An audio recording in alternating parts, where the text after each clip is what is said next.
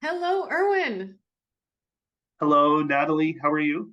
Good, good. Thanks for taking the time today. I really appreciate it. I love our conversations. So to have this as a part of a podcast is going to be even more, enjoyable, I think. And also to let others kind of hear your perspective on coaching, which I'm really looking forward to. So why don't we start by you sharing a little bit about who you are, what you want people to know about you? Sure. Um, I am a graduate of the Canada Coach Academy. I completed the 26-week Total Business Professional Coach Certification Program. It ended in, I believe, August Yeah. of 2023. So that's the executive coaching program. It was probably the best 26 weekends I've spent in a long time. Uh, yeah, we could talk about all the things that I was trying to do around that and getting kids to basketball games and whatnot, but it was definitely worth it. I grew up in Toronto, so I'm a native of Toronto, born in Vancouver, grew up in Toronto, living and working in Ottawa for the last 27 years as a public sector leader and professional. Um, Held a lot of roles, diving into a lot of different types of services to Canadians, policy development, did some comms, even did IT, which really shifted me towards this idea of design thinking and then coaching. So a lot of learning and unlearning along the way. And of course, probably most important, we always ask what's most important to me. It's my family. I have a wonderful wife and two kids, and um, parents and family that I love. So that's me. Awesome. So tell me, graduate of Canada Coach Academy, what tell me a little bit about your experience. Like what was that like for you being in coach certification? So for me, it's funny. We talk about transformation a lot. You hear the word a lot. We transform organizations, we transform teams. But I do believe that leaders, everyone can continue to transform. We're not really born leaders. We grow and change through the life course, and if we have that capacity, we all have that capacity just to unlearn and learn new things. So yeah, the first few weeks, and I'm thinking back, like what you're asking me about are probably the first few coaching sessions that you observed with me, and it's like, oof, yeah, I'm sure that's what went through your mind. But you realize that how you lead and how you've led, how you approach mentoring can be totally redesigned to think about unlocking what's really in the way for people, what the challenge is, and trying to figure out, how to navigate choices. I was listening to some of your podcasts from before, and I think someone said it. Coaching is about helping people navigate choice to have their best life and their best experience. Like we can all be whatever we want to be, but we trade things off, right? And yeah, so this idea of unlocking the innovation potential in people, right? People really making choices consciously and with concrete steps to do what they really want to do, right? And the things that are important to them. And so yeah, through that odyssey of those weekends, I actually benefited from coaching my colleagues and the mentor coaches, and it's helped me prepare a longer term game for me. You're reminding me that we had a Saturday morning. Was it 10 or 11 a.m.? I think it was 11. Ours was the 11, Yeah. 11 to 1. And I love that time slot because it's just like have coffee with people, like-minded people every Mm, Saturday morning. It was such a great group that you were a part of too, with a lot of really, um, alert, switched on people who wanted to get yeah. the most out of the program. So I appreciate hearing how that was for you. And actually, as you're talking, I'm kind of reminded of what brought you to coaching in the first place. And I think it had something to do with you being coached before. Mm, Or correct me if I'm wrong, but I think I remember that was one of the things you said in your introduction. yeah. Yeah. Yeah. There are a couple of things. I actually had some great role models and mentors along the way that were actually coaching me. They were allies in my career journey. And it's interesting. Some mentors really want to give you advice, but others are actually asking you about what's important, or what's possible, or would you like to be this or that or something else? And they did, and so that was very powerful. And then I had some coaches that were excellent. And then I had, a couple of situations where I'm not sure whether the coach was doing more harm Mm. or really helping. One of the two. It definitely wasn't helping. And in some cases, it can be quite harmful. So coming in, thinking about the job that I was doing, thinking about this human-centered approach to, you're building applications, you're building websites. I wasn't doing, my team was doing it. My teams were phenomenal in a few places I've been. It takes a different type of engagement and thinking with your teams, right? And thinking about the user, thinking about the person. So the leap to coaching was, how can I use the coaching mindset to help me do my job in the day, but also be a better mentor to other employees? How can I use it for coaching people within my broader life, my approach to people in my family? I know someone in my family came to me and was complaining about a friend. So the old self would say, well, just get another friend. And the person said to me, I just want you to listen. Mm. And so I replayed that, and I went back to her, and she said, that's exactly it, Dad. That's my daughter.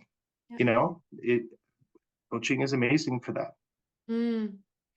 Yeah, that the art of listening, I think, is one of the things that was the most profound change for me becoming a coach, and continues to be. Like, it's a journey, right? It's not like you arrive at this place that you're an awesome listener. It's something that you need to continue to cultivate as you grow as a person, and as a professional person, and as a coach. So I'm curious about, you said you had some great mentors and people who really inspired you, and then you had some experiences that weren't as maybe as helpful. What do you Mm, think is important about someone becoming trained as a coach versus just calling yourself a coach? mm. It's a good question for sure. Reflecting on it, there are a few things. One, the importance of having um, the ethical guardrails, right?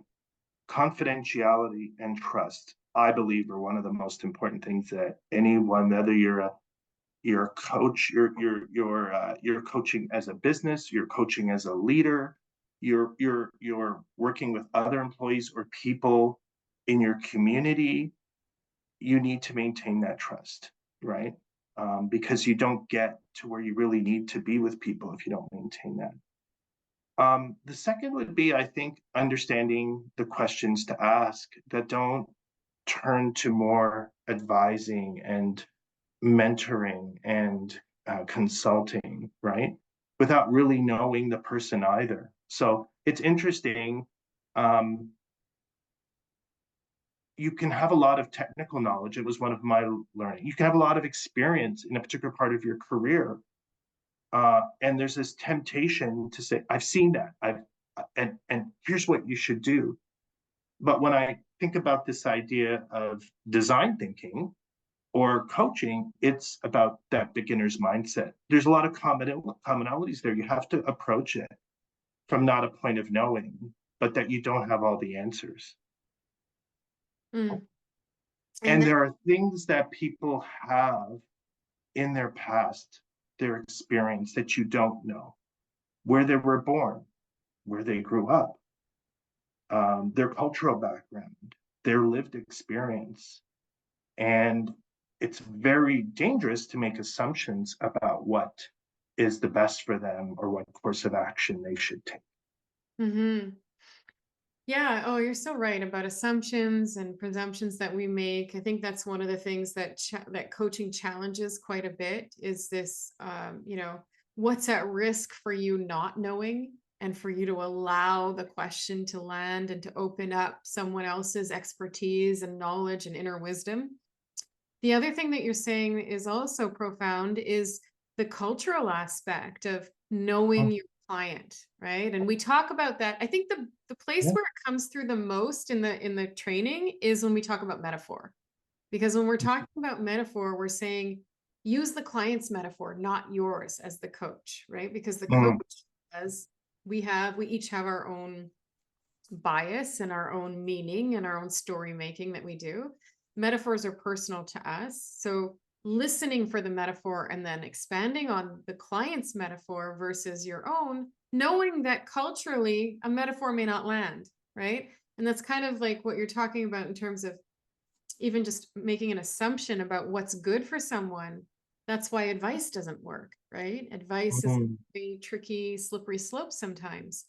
Um, so what do you feel is the biggest opportunity for you as a leader, as an educator in your space, having learned coaching skills and being a part of a certification?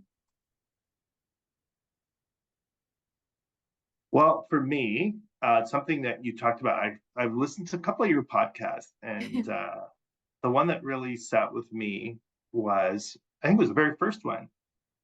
How can we make coaching available to more people? How can we unlock it and democratize it, so to speak? I can't remember what the exact words were, Hmm. but the idea that what if you could get access to coaching somewhere, somehow, before you jumped into a role in your career or in your life? What if it was a proactive, trusted person, resource, a relationship that can help you navigate choices to avoid, I'm sounding like a regular now, a risk from being realized, right? Yeah. It's a term that that we use. So yeah, but we're in an environment where things cost a lot, inflation, um but it's an investment worth making. But if we make it part of how people interrelate, that's again coaching for leadership, coaching for life kind of scenario.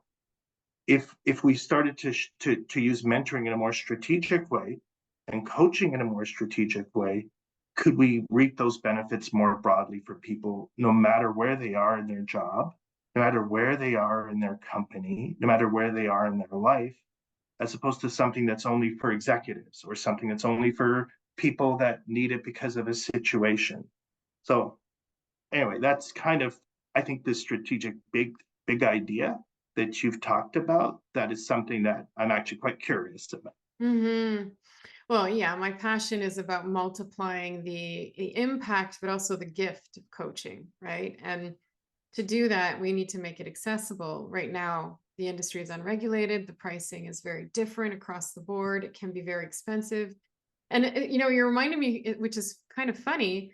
Um, that's always been one of my values is to make our programs accessible and to make coaching accessible. And so we've had scholarships, we've had programs for frontline workers, we have a strong connection with some communities that help disadvantaged demographics so that we can help people become coaches or get access to coaching.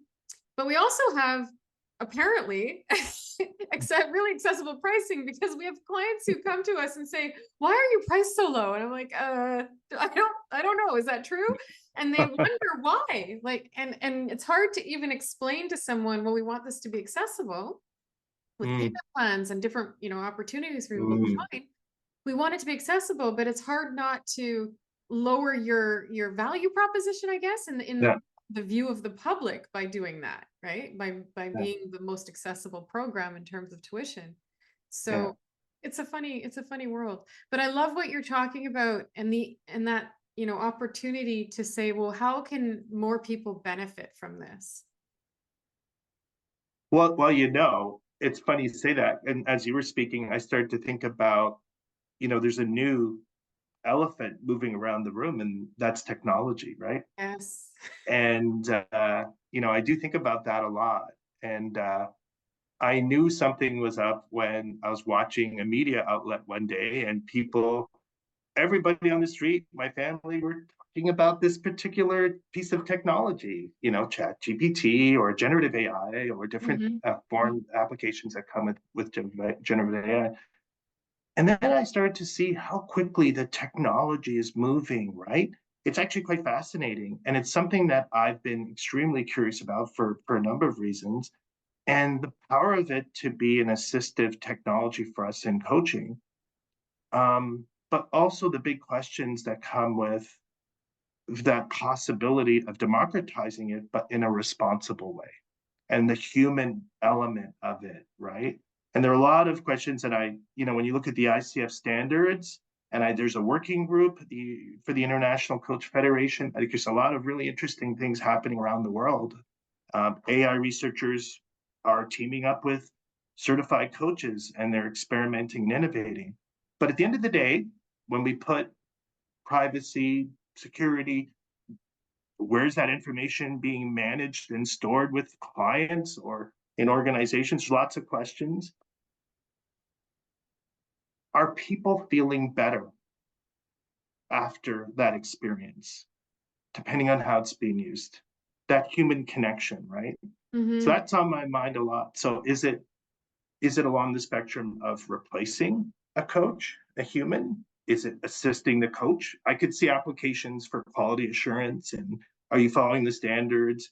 It's built into platforms already. If you have a coaching conversation and on certain platforms, it's actually going to tell you, what happened in the conversation and summarize it for you. So there's a lot of value in that. But it's the point at which, depending on how we use it, what are we getting, but what are we losing? So And I don't know the answer. I'm still yeah, exploring, I but don't know that's what I'm either. most concerned about. Yeah. It's an interesting topic because like you said, everyone's talking about it.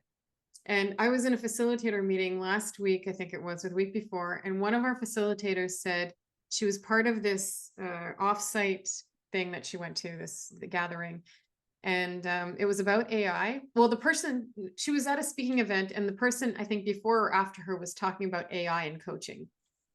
And as a joke, they wrote the question in Chat GTP: "Will AI replace coaches?" And the answer was no. Oh, I was like, well, that's reassuring. so there is some good training of the data going on. But it's funny you say that, right? Willis coaches, there are issues of bias, right? Hallucinations that happen, and it can sometimes come off as very authoritative, right? But when you start to look behind it, right? And so it's extremely powerful and has huge possibilities. But in the end, judgment is so important. So the user, the person that's like, what is their knowledge base? And to what extent are they confident and trusting? Because, what I've been using, I'd say, that's okay, but that's not great, Hmm. right? Or that's helpful, but I need a lot more. And clearly, I'm not going to get it here. So how can we use this technology? And it's not fast moving. And we're in 2024. Where will we be in 2025, 26, 27? And in the end, that's where that judgment piece, it's a tool to help us with this idea of dreaming and aspiring and possibilities and exploring and but it has to connect with the person and be useful for the person and their experience. It's the human-centered, what I call the human-centered approach to um, uh, innovation and coaching that I love to be part of conversations. And what I hope for AI is it improves opportunities to maybe I actually, one way that I've heard applying HI in coach sorry, AI in coaching. I'm mixing with HR and AI. AI in coaching, the one application that was interesting to me was creating personas of Mm, coachees where a mm, coach can practice coaching an AI generated personality. Yes. So that might be interesting to like, because we always say coaching is learned in the doing, not in the theory, right? So having opportunities, and then another challenge, as you mentioned earlier, I think it was before we started our podcast, was coaching hours. It's important Yeah. to have an opportunity to, have coaching hours under your belt to get your credentials and to practice your Yeah. craft. So maybe that is one good way.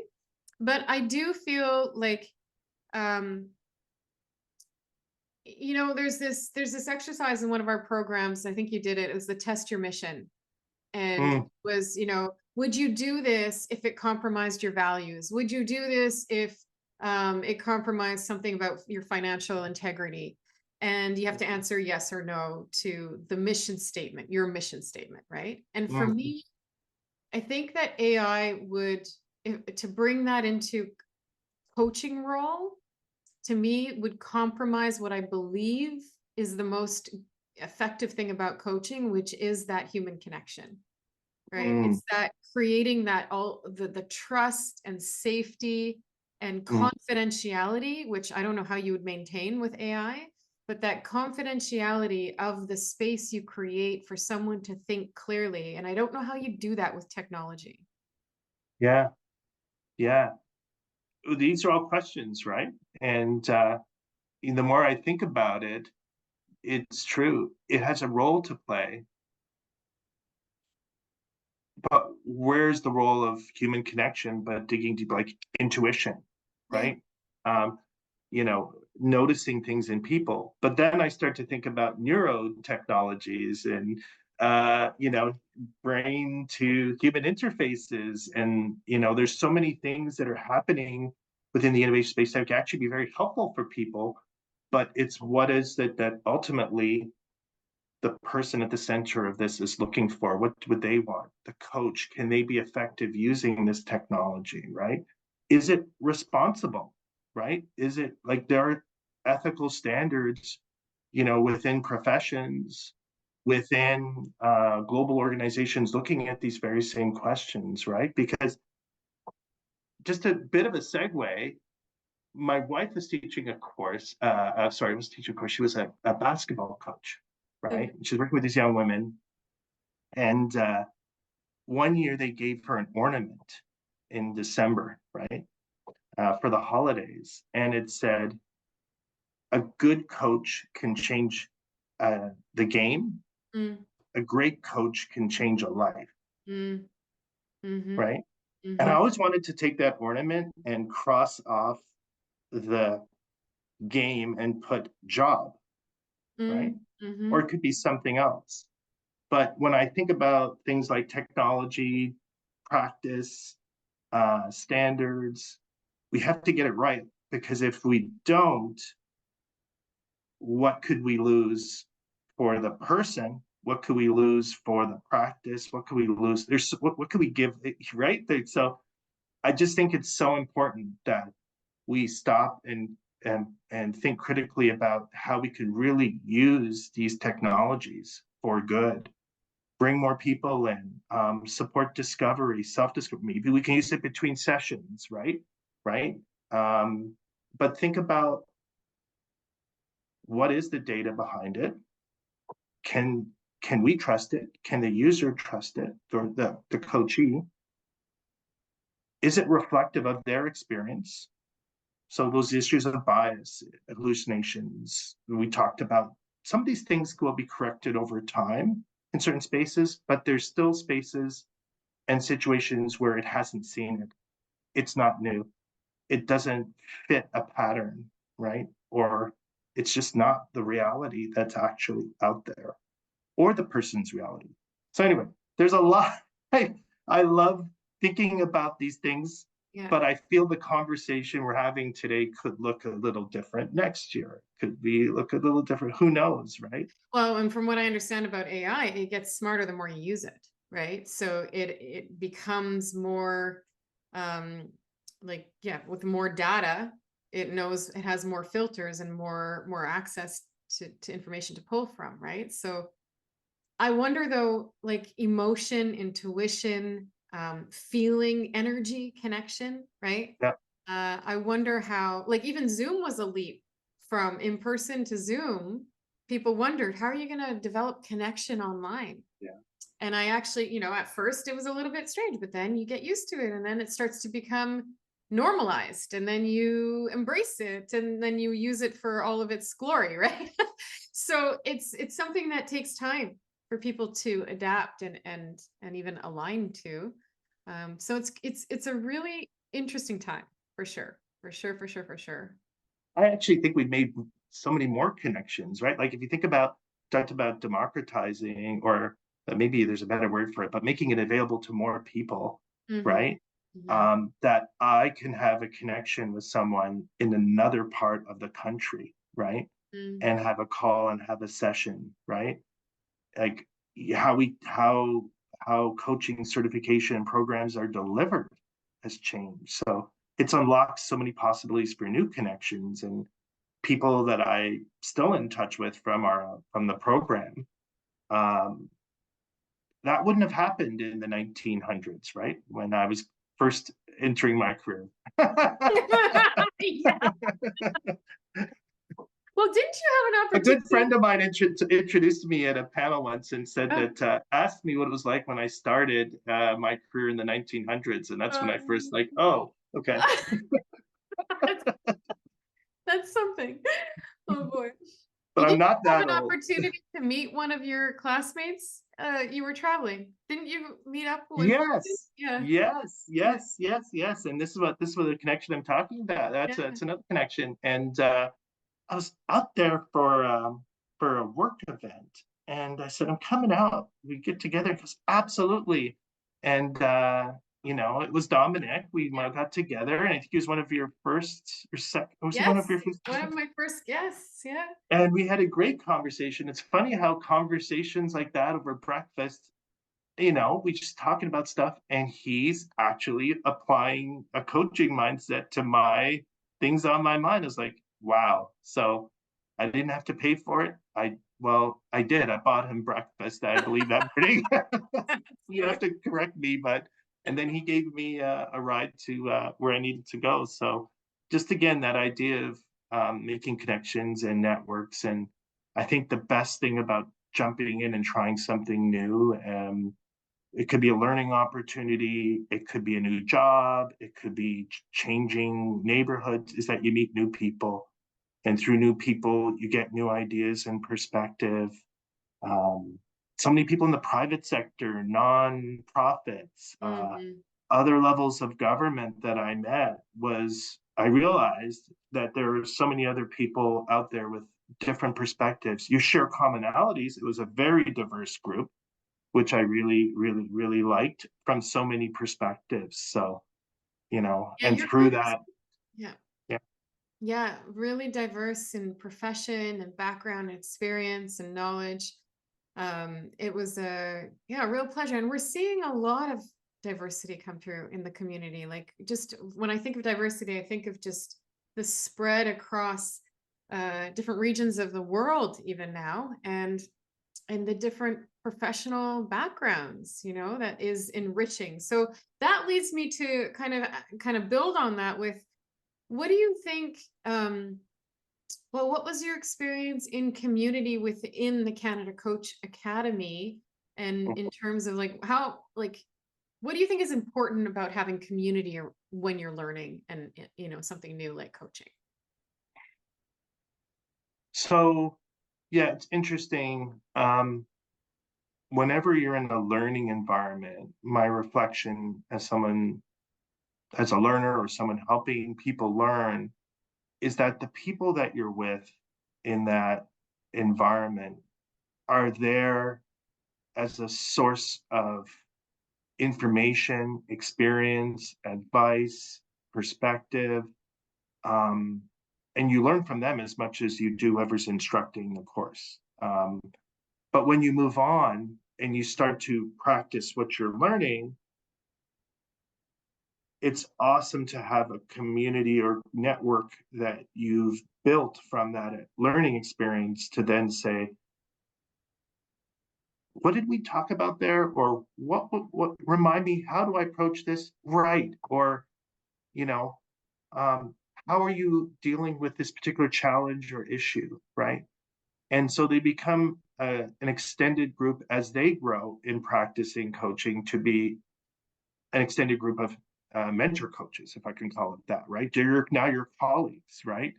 And that connection happens through the learning right. So I'm personally a big fan of group learning. There's a pace for there's a good place for self-paced synchronous learning. You can learn. You need a blend of learning opportunities, or I do. What works for me is I really like that blend. Mm-hmm. So yeah, the connection is great. With in the virtual world, everything is smaller, right? Mm-hmm. So Mm-hmm. I don't have to drive to a physical meetup. I can, do a Zoom call, connect in MS Teams, whatever it takes for us to get together, and it works. And you supplement it with a little drop in and personal connection whenever you're in town, right? Yeah. So maybe it's a network that also gives you a place to stay with next time you're in that part of the country. Like couch Save on the surfing. hotel cost. We can We talked about integrate couch inflation. surfing into the community as well. Culture, yeah, yes, exactly, right. So yeah, maybe it's like an Airbnb network. Mm-hmm. Mm-hmm. So maybe just to round up the conversation, what is it that you feel coaching has brought to your daily professional, like, or even just mindset? Forget professional, but like what's changed for you? So I think that point on listening, it's still some work that like you're never done with becoming a better listener, particularly in spaces where you're under stress or time, or you really have something to contribute, right? But I'm more self-aware of it, right?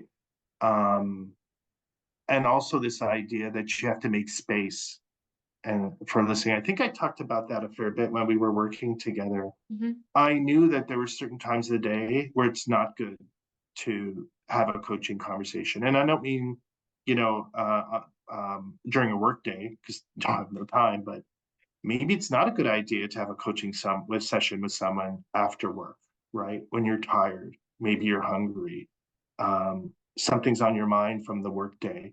So figuring out that space that's not only good for the coachee or great for the coachee, but it's also great for me, right? And so you have the optimal environment to have those trusted, important conversations that we've talked about. Yeah. Yeah, and so when you think about, what's next for you with coaching, I know that you're doing work and even like, you have coaching sort of integrated into your work. What do you think is next for you as a coach? So I think, as I'm moving through different stages of my career, it's about giving back. And I'm really promoting more and more with people this notion of coaching. I've been in situations where people talk about mentorship and sponsorship, for example. And in the middle, I've stepped in and say, coaching is really important in this space, right? For people to complement the power of mentorship, the power of sponsorship and champions, wherever they are in their career, what they do, but the importance of coaching and getting a match for people and making, connections between people and having more people available, because that discovery space is so important. Like, is this coach a fit for me? Can I, will they can they get to that empathy we talked about, right? When, that coaching mindset that comes out. So I think more, I'd like to learn more, become a better coach, more practice, more reflection myself, but helping others be introduced to it, right? In the day to day, bringing it into my day to day work. It's already there and it's coming out, and realizing that there are people in my broader organization and places that I've worked that actually had the coach. It was an aha moment when there was a really awesome IT leader that I knew, and just by chance he said that he had a coaching certification, and I didn't know that. So now it started new conversations about how it's helped him and how I can learn from him, but how he can help other people, right? Get curious about it, not only as being a coachee, but then becoming a coach, right? Or getting the education and the certification, understanding the ethical standards and quality standards and zones that are really important. Like we talked about therapy, for example, we didn't talk about when to refer people. Like this is a really important role that we're being entrusted with. So, Mhm. and there are people with great mindsets already. They're actually doing it, but they don't even know because that's how somehow they Yeah. project that. They're great listeners. They're very human. I'm like, wow. So maybe, so it's just more of that, I think. Mhm. Mhm. Mhm. Well, and I think you touched again on something important, which is fit. Like there has to be a discovery process in coaching where you're making sure that you're a good fit for someone as a coach and they're a good fit for you as a client. And it's like, in therapy, the same thing. You search for a therapist that you can align yourself with and you feel comfortable with, and coaching is similar in that way. So I think that that's an important part that we don't talk about often, which is getting the right coach for you, um, and not necessarily thinking that any coach will do. So true, right? I've seen it. Well, I had this person as a coach, and this person could be a big boss or someone that you admire. So, oh, they must be good because that's who they use. And so you get a name, and then you feel compelled to invest time and resources in this coach, but it's really Mhm, mhm, mhm. not. Yeah, and that's where we talk about energy again, how energy is important, and I guess that brings us back full circle to AI, but like, there is this thing going on, right? It's chemistry, it's something. Well, Irwin, I just want to say thanks so much for taking a Friday afternoon to speak with me and our audience. And I really appreciate, just all of your energy for coaching. It energizes me and inspires me as well, and all the work you're doing. And I really appreciate the ripple effect that you're having with your coaching. Amazing. So, well, I want to thank you, and I didn't at the outset, Natalie, for just an honor and opportunity to be here with you and to reconnect with you and just have a conversation. I didn't know where you'd start or where we'd end, but it was a lot of fun. So, time's up. I hope we can do it again sometime. Absolutely, absolutely. It's like a coaching conversation. You don't know how it's going to emerge, right? Yeah. That was one of the biggest challenges. It's Yeah. funny. I was talking about that. It's like, oh, so. Yeah. Let Um, go of knowing, Irwin. Let go. Wonderful. Okay. Well, thanks again. Really appreciate it. All right, thank you.